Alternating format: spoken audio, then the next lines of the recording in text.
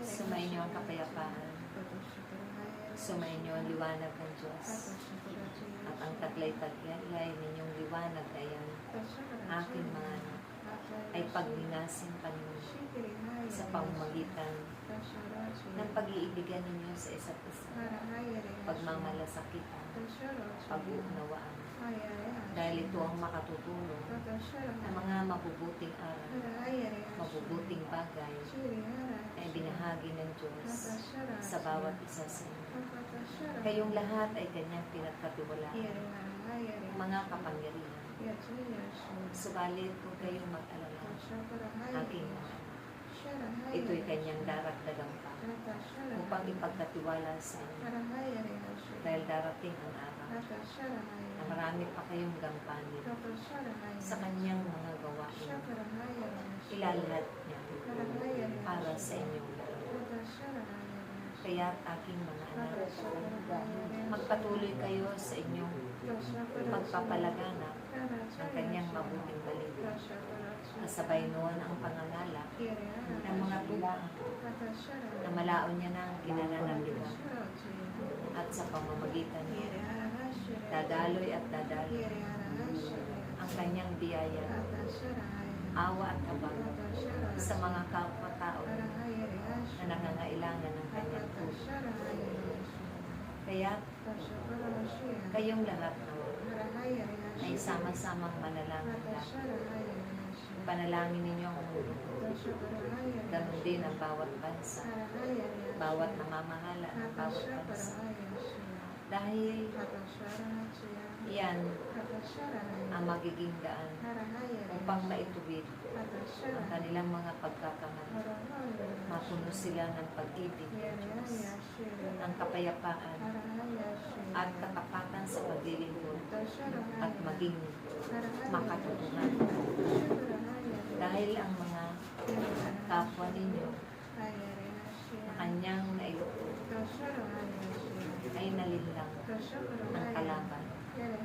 Ginamit ang mga kapangyarihan, ang mga kapangyarihan na makabulog, ang mga pananalapi at iba pang material na bagay upang sila ay siluin sa mga bagay na iyon.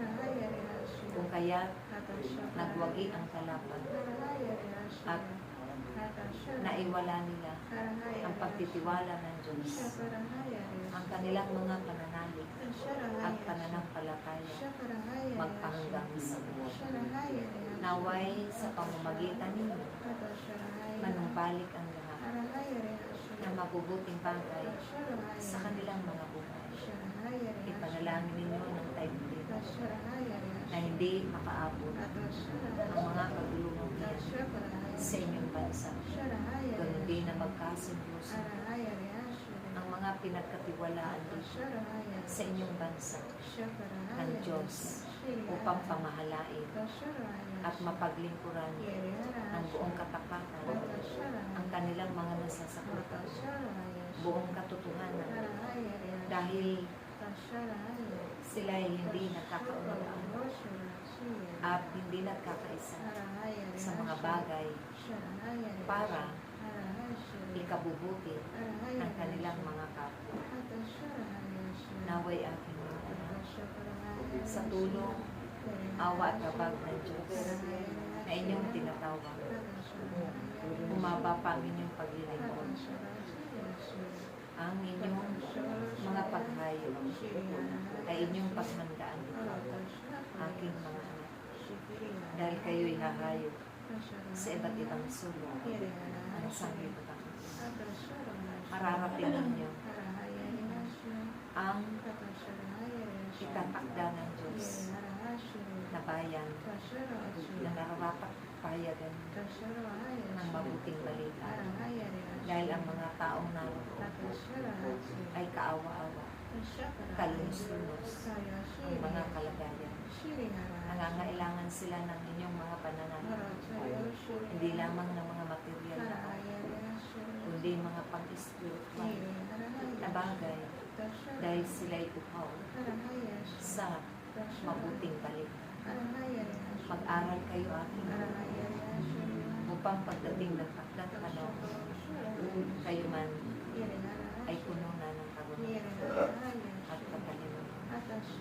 At ang lahat ng yan ay gagantin pala dahil ako siya ay kasama ninyo at buong sanglibutan.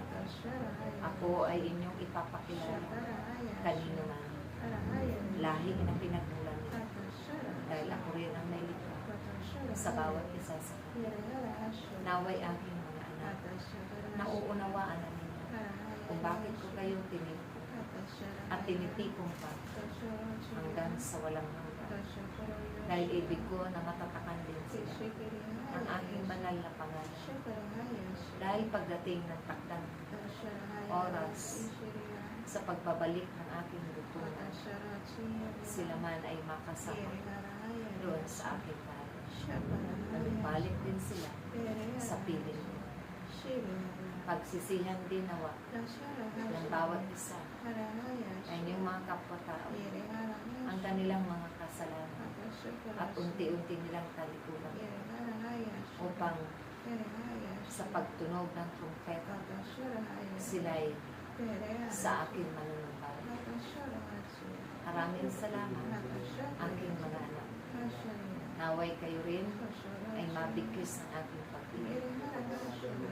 Pinag-isa ko kayo sa aking tagapaggabay upang ito magpapaisip sa inyo kung ano ang inyong gaganapin. At ito rin ang mangunguna sa bawat paroroonan ninyo. Kasabay nito ang aking buktong anak at ako rin inyong mga makapangyarihan sa lahat. Humayo kayo na puno ng kagalakan, kababaan ng kalooban, ng pag-ibig at kapayapaan. Sa ngalan ng Ama, ng Anak, at ng Espiritu Santo.